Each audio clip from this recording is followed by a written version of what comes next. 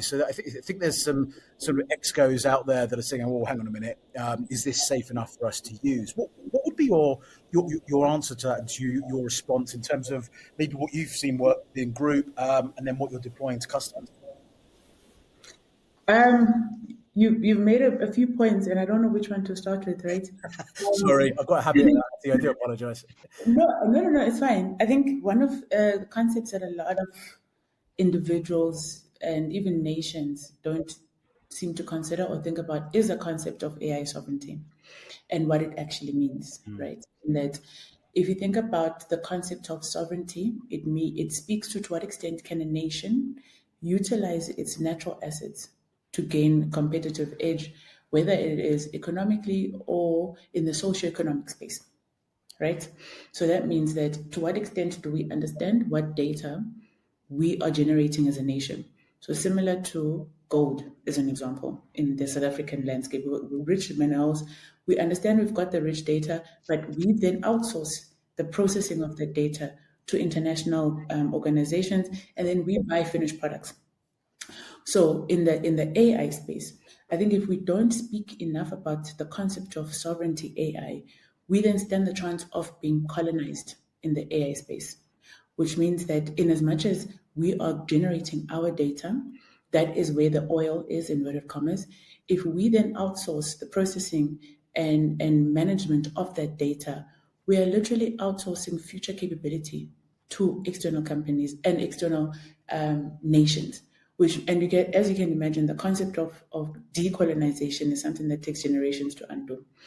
And so then in the data space, one of the things we then need to consider as a nation and organizations is how do we protect ourselves from that potential risk of understanding from an infrastructure perspective, when our data is created, who gets to actually own it and manage it and maintain it, right? Because them, whoever them is, if it's an external, in this case, non-South African entity, we're almost empowering them to be able to colonize us.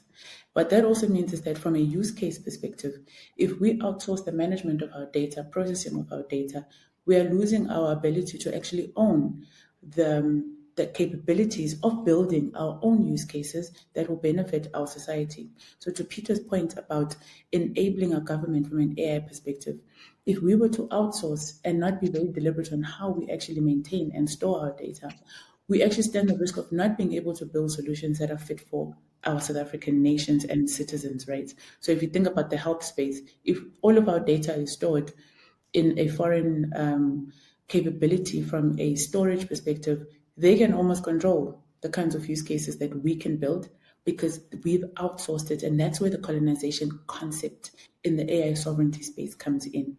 So similar to a national conversation, it also applies in the organization and private entities perspective, that there is a reason why a lot of organizations are blocking certain AI platforms purely because they don't know where the data is going.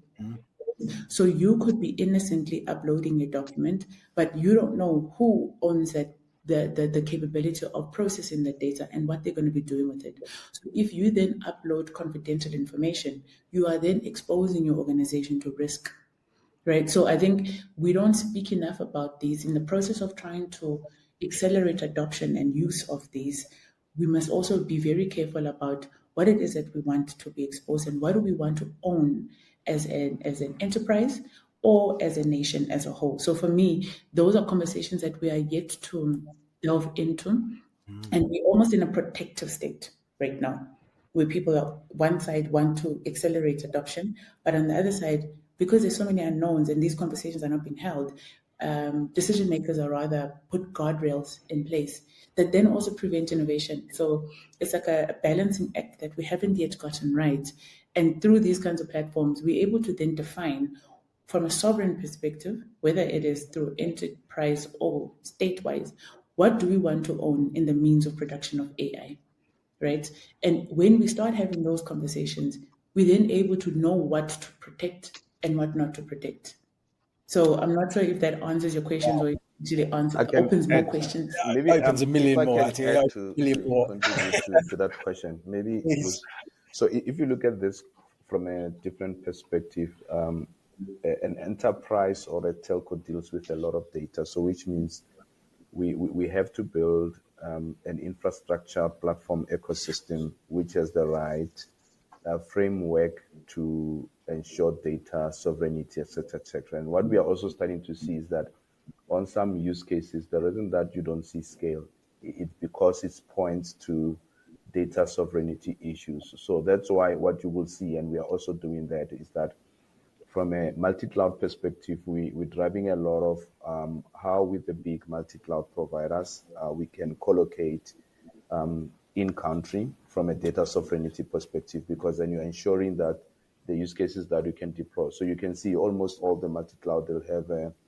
POP in the major countries that they operate in, because it drives the whole data sovereignty. And you can start to see that even in AI, there's a lot of AI data centers that are being built in country to allow for that, right? So there's a convergence of a whole lot of things. And the other thing that we see, especially when you start to get into 5G type technologies, private networks, it's important because in AI spaces also you want to allow activities or computing actions that needs to be localized, right? So which means it needs to happen closer to where the customer or is, right? You can't go to the cloud, go somewhere else, because by the time you come back,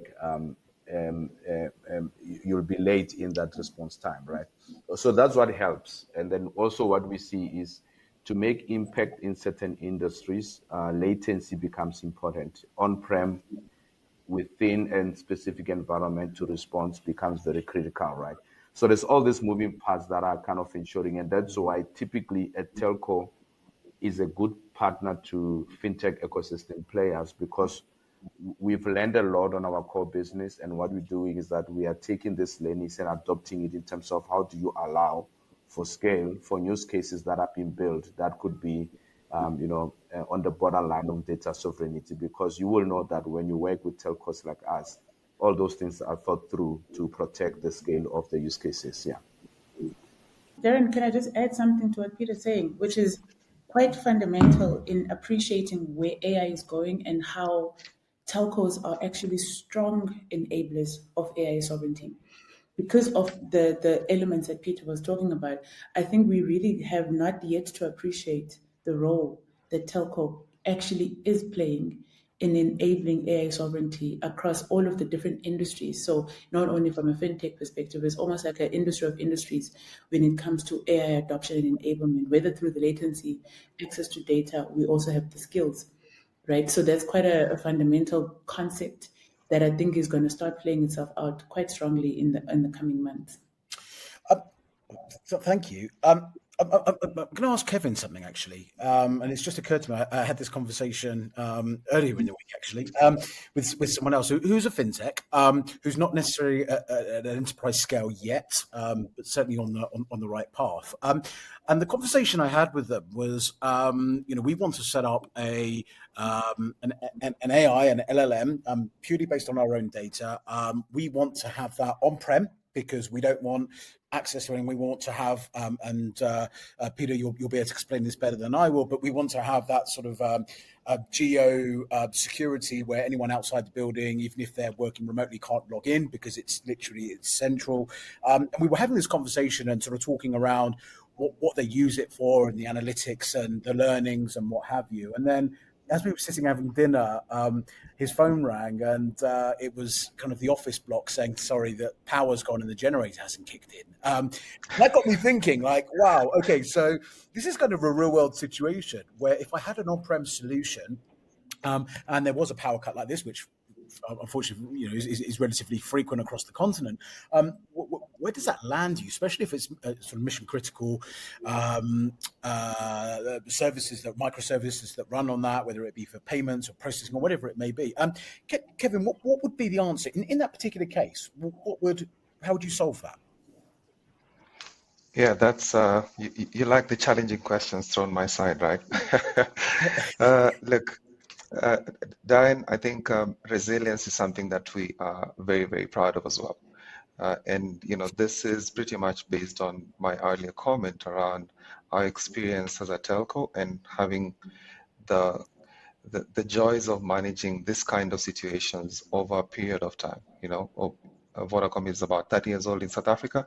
So we've had literally over 30 years of experience managing this type of resilience conversations. So that's the first part, right?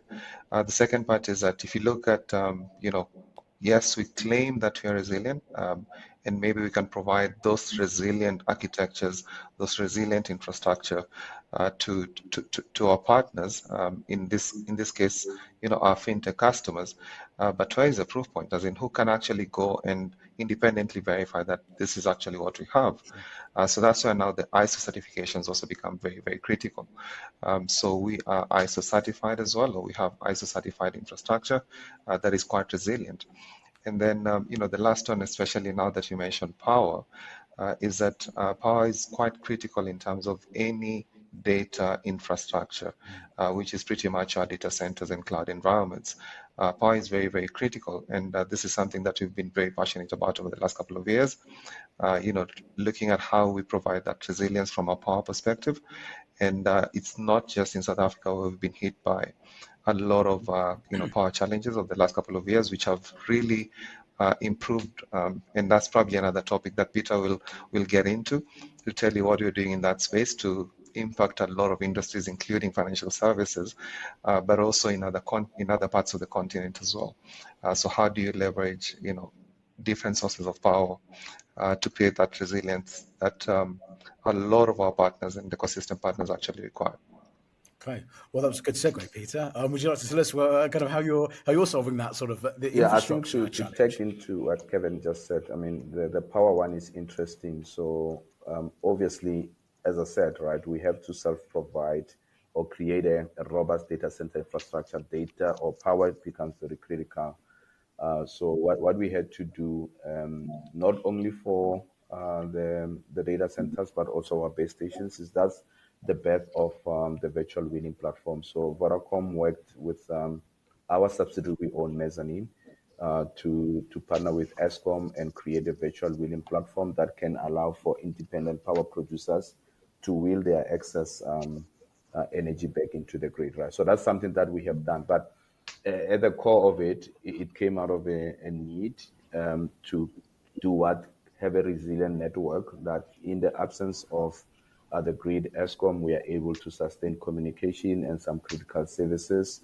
And it's at the core of our data centers so that then we can be able to have sufficient coverage for the clients that we have. I mean, if you look at the clients we have from a data center perspective, you will see that it's mission critical clients that are relying on us to provide that service. So that makes us a natural home for fintechs that are working on those type of solutions, because they can sleep at night knowing that their data is secure. Which is primary. Ati, may I ask you another question, which is going through my head. So we were talking about data sovereignty, and you're talking about hosting or housing the data domestically in a country. Let's take South Africa as an example.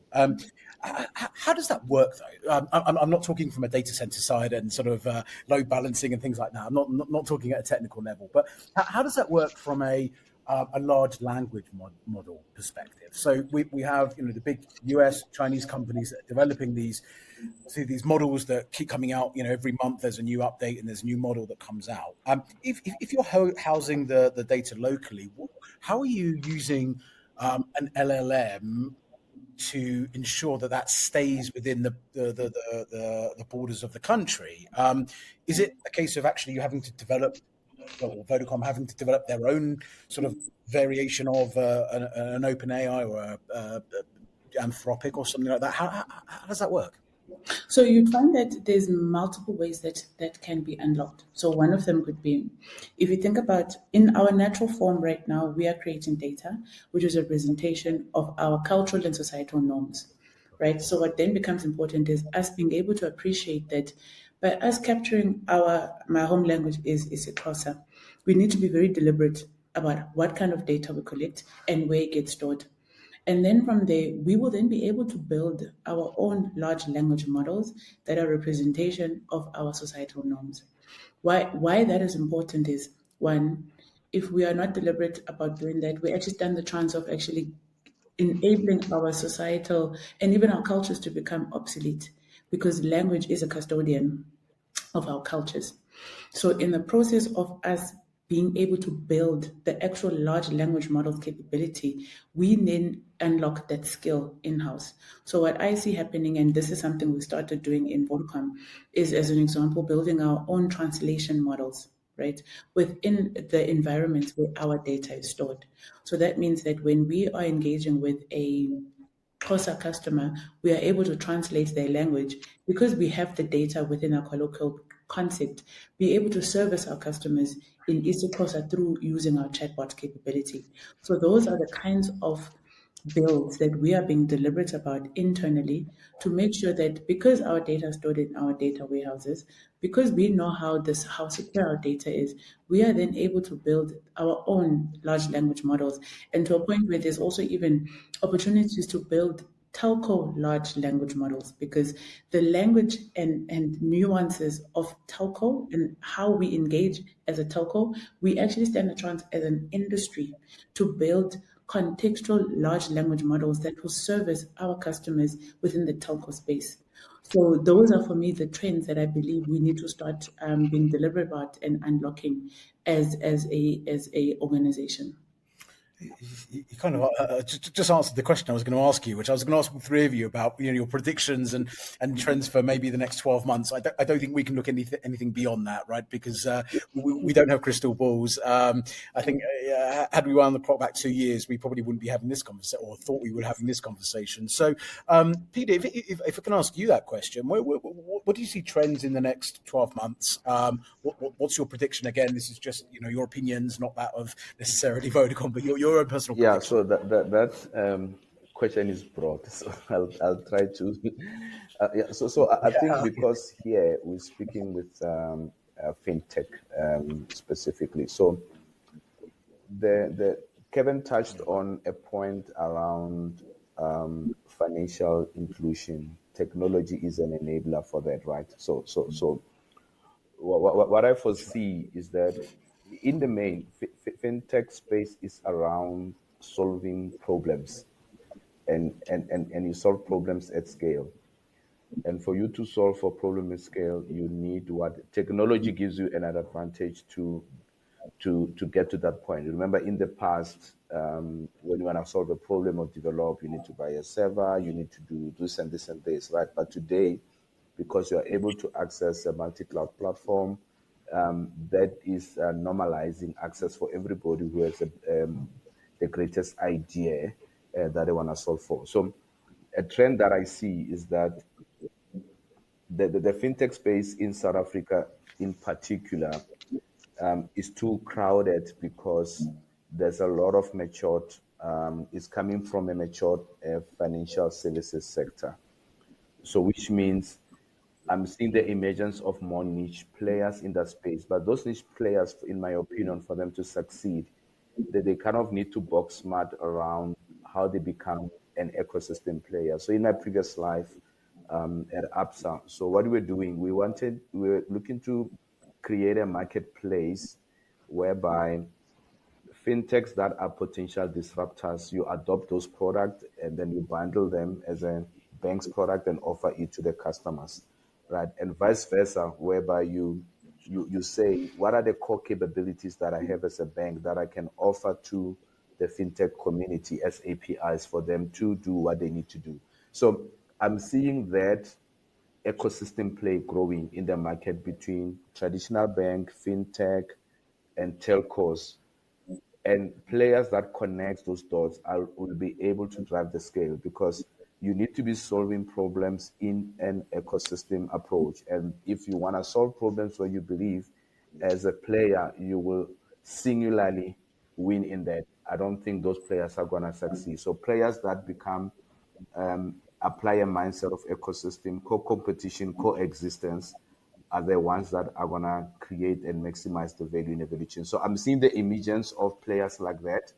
And that's a space that as Vodacom, I think we are also wanting to get into and play into that space. And then those players are the areas where you're going to start to see unicorns starting to emerge. And there are already unicorns that are coming traditionally from that market. If I can just sidetrack a little bit. So one, look at the unicorn like Time Bank, right? So if you look at where they started, it's quite an interesting journey because that path, it started at the back of a partnership or a collaboration with a telco for distribution, right?